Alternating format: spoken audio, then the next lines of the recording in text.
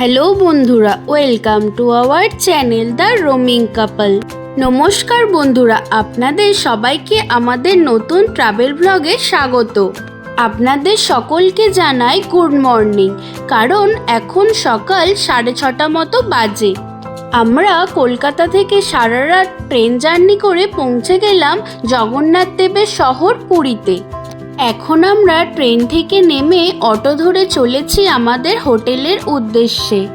অনেকেই ভাবেন পুরী ঘুরতে 2-4 দিন মতো সময় লাগে, কিন্তু যদি সময় কম থাকে তাহলে মাত্র একদিনেও কিভাবে সুন্দরভাবে পুরী ঘোরা যায় সেটাই আজকের এই ভিডিওতে আপনাদের দেখাতে চলেছি। পুরী স্টেশনে যেহেতু কাজ চলছিল, তাই পুরীর আগের স্টেশনে আমাদের নামতে হয়েছিল এবং সেখান থেকেই আমরা অটো ধরে চলে এলাম আমরা স্বর্গদ্বার বিচের সামনে। প্রথমেই তো আমাদের এই স্বর্গদ্বার বিচটা দেখেই মন ভরে গেল। পুরী হচ্ছে বাঙালিদের কাছে আবেগ এবং অনুভূতি, এবং ছোট থেকে বড় সবাই কিন্তু পুরী আসতে খুবই পছন্দ করেন। চলে এলাম আমরা আমাদের হোটেলে ওয়ারমুড সাইনার্জি 7 and 3-তে। প্রথমে ঢুকেই আমরা দেখলাম রুমটি খুবই সুন্দর দেখতে, এবং এই হোটেলটি পুরী লাইট হাউসের কাছেই। হোটেলের লোকেশন বেশ ভালো এবং সমুদ্র সৈকতও খুব বেশি দূরে নয়। রুমটির মধ্যে 2 জন শোয়ার মতো খুব সুন্দর একটি বেড ছিল এবং টি টেবিল এবং চেয়ারও ছিল। জানালা খুললেই দেখা যাবে সুন্দর সমুদ্র সৈকত।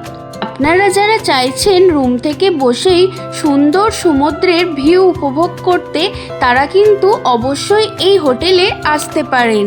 আপনারা এই পুরো ভিডিওটি অবশ্যই দেখবেন, কারণ ভিডিওটির লাস্টেই আপনাদেরকে জানাবো এই হোটেলটির রুম ভাড়া কত। বাথরুমটিও খুব সুন্দর ছিল, সুন্দর একটি মিরর এবং হেয়ার ড্রায়ার ছিল। কমপ্লিমেন্টারি হিসেবে আমাদের সাবান এবং শাওয়ার জেল দেওয়া হয়েছিল। তারপর আমরা একটু ফ্রেশ হয়ে আমরা আমাদের লাঞ্চটা শুরু করলাম। লাঞ্চে ছিল সাদা ভাত, পটলের দোরমা এবং চিকেন মশলা, সাথে স্যালাড। খাবারগুলি খুবই সুন্দর ছিল।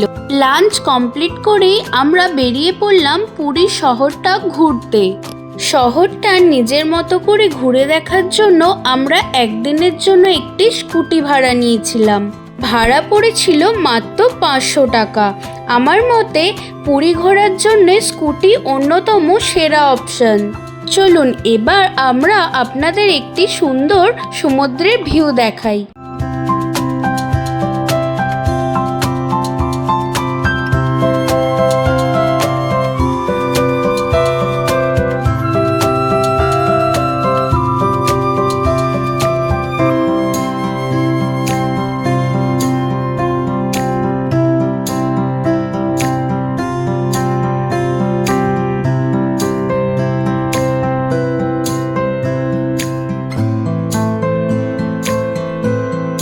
পুরী বিচটি আপনাদের কেমন লাগলো অবশ্যই জানাবেন। এখন ঠিক সানসেট হওয়ার আগেই আমরা বেরিয়ে পড়েছিলাম। স্কুটি নিয়ে আমাদের প্রথম গন্তব্য ছিল শ্রী গৌর বিহার আশ্রমে। এই আশ্রমটি আমাদের হোটেল থেকে প্রায় 15-20 মিনিট মতো সময় লাগে। এখানে যদি আপনারা আসতে চান অবশ্যই আসতে পারেন। এখানে অটো যাতায়াতেরও ব্যবস্থা আছে। আমরা যেহেতু মে মাসের লাস্টের দিকে এসেছিলাম, তাই ভালোই গরম ছিল। দিনের বেলা আমাদের তাই বেরোনো হয়নি।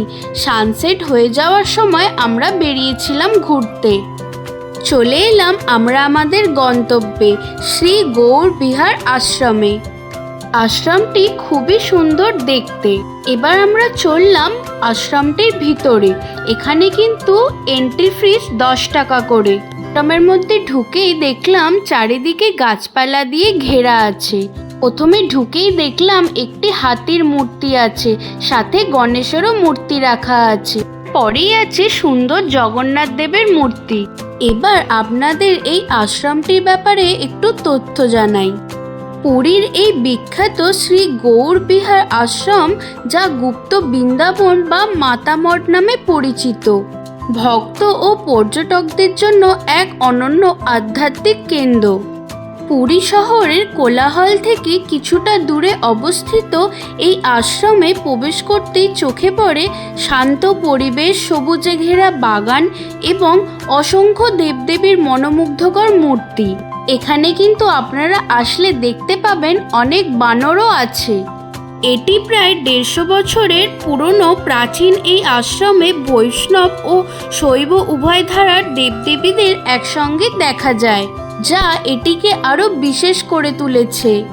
আশ্রমের অন্যতম প্রধান আকর্ষণ হল বিশাল গৌরাঙ্গ মহাপ্রভুর মূর্তি এবং শ্রীকৃষ্ণের বিভিন্ন লীলার সৌন্দর্য ভাস্কর্য।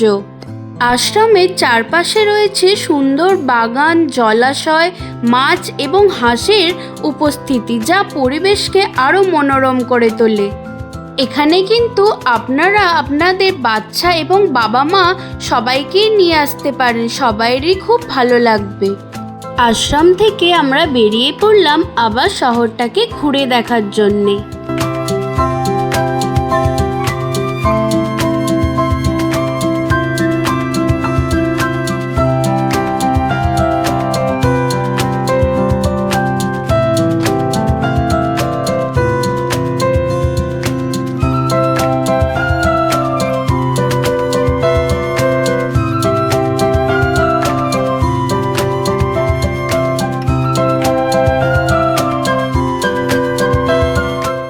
এখন আমরা চলে এলাম মা মৌসিমা টেম্পেলে, অর্থাৎ জগন্নাথ দেবের মাসির বাড়িতে। রথযাত্রার সময় শ্রী জগন্নাথ, বলরাম ও সুভদ্রা যখন গুচিন্ডা মন্দিরে যান, তখন ফেরার পথে তারা এই মন্দিরে কিছুক্ষণ বিশ্রাম নেন। সেই সময় মা মৌসিমা তাদের প্রিয় ভোগ প্যাঁড়া নিবেদন করেন, যা আজও এই মন্দিরের অন্যতম বিশেষ ঐতিহ্য। তারপর আমরা মন্দির থেকে বেরিয়েই 1-2 মিনিট দূরেই একটা সুন্দর মন্দির দেখেছিলাম, কিন্তু এই মন্দিরটা বন্ধ থাকার জন্য আমরা ভিতরে প্রবেশ করতে পারিনি। তারপর আমি স্কুটি চালিয়ে চলে এলাম পুরীর বিখ্যাত সেই বিচ, স্বর্গদুয়ার বিচ। এই বিচটি তো সন্ধেবেলা দেখতে অসাধারণ লাগে। একদিকে ঢেউয়ের মনোমুগ্ধকর শব্দ, অন্যদিকে সারি সারি দোকানে রঙিন শঙ্খ, ঝিনুকের তৈরি হস্তশিল্প, আছে কাঠের কারুকাজ ও উড়িষ্যার ঐতিহ্যবাহী হ্যান্ডলুম পোশাক ও নানান সামগ্রী পর্যটকদের আকর্ষণ করে তোলে। এখানে আমরা হাঁটতে হাঁটতে এই বালির মধ্যে অনেক ছোট ছোট লাল কাঁকড়াও দেখতে পেয়েছিলাম, এবং রাতের বেলা এই লাল কাঁকড়াগুলো বালির মধ্যে বেশিই দেখা যায়। তারপর এই বিচের মধ্যে আমরা ঘুরতে ঘুরতে দেখতে পেলাম একটি ছেলে বালি দিয়ে এত সুন্দর শিবের মূর্তি তৈরি করেছে। সত্যি দেখতে আমাদের অসাধারণ লেগেছিল। পারলে আপনারাও পুরী আসলে একবার দেখে যাবেন। আপনাদের মধ্যে কারোর যদি শাঁখা পরতে খুব ভালো লাগে, তাহলে অবশ্যই পুরী থেকে শাঁখা নেওয়ার চেষ্টা করবেন। এখানে সস্তায় খুব ভালো ভালো শাঁখা পাওয়া যায়। শুধু শাঁখা নয়, এখানে শঙ্খ এবং ঝিনুকেরও নানা রকম জিনিস পাওয়া যায়। সন্ধ্যার সময় এই মার্কেটে হাঁটতে হাঁটতে আমরা দেখতে পেয়েছিলাম অনেক স্ট্রিট ফুডের দোকান আছে, যেমন ফুচকা, পাপড়ি চাট, মাছ ভাজা, আইসক্রিম এবং বিভিন্ন ধরনের স্থানীয় খাবার।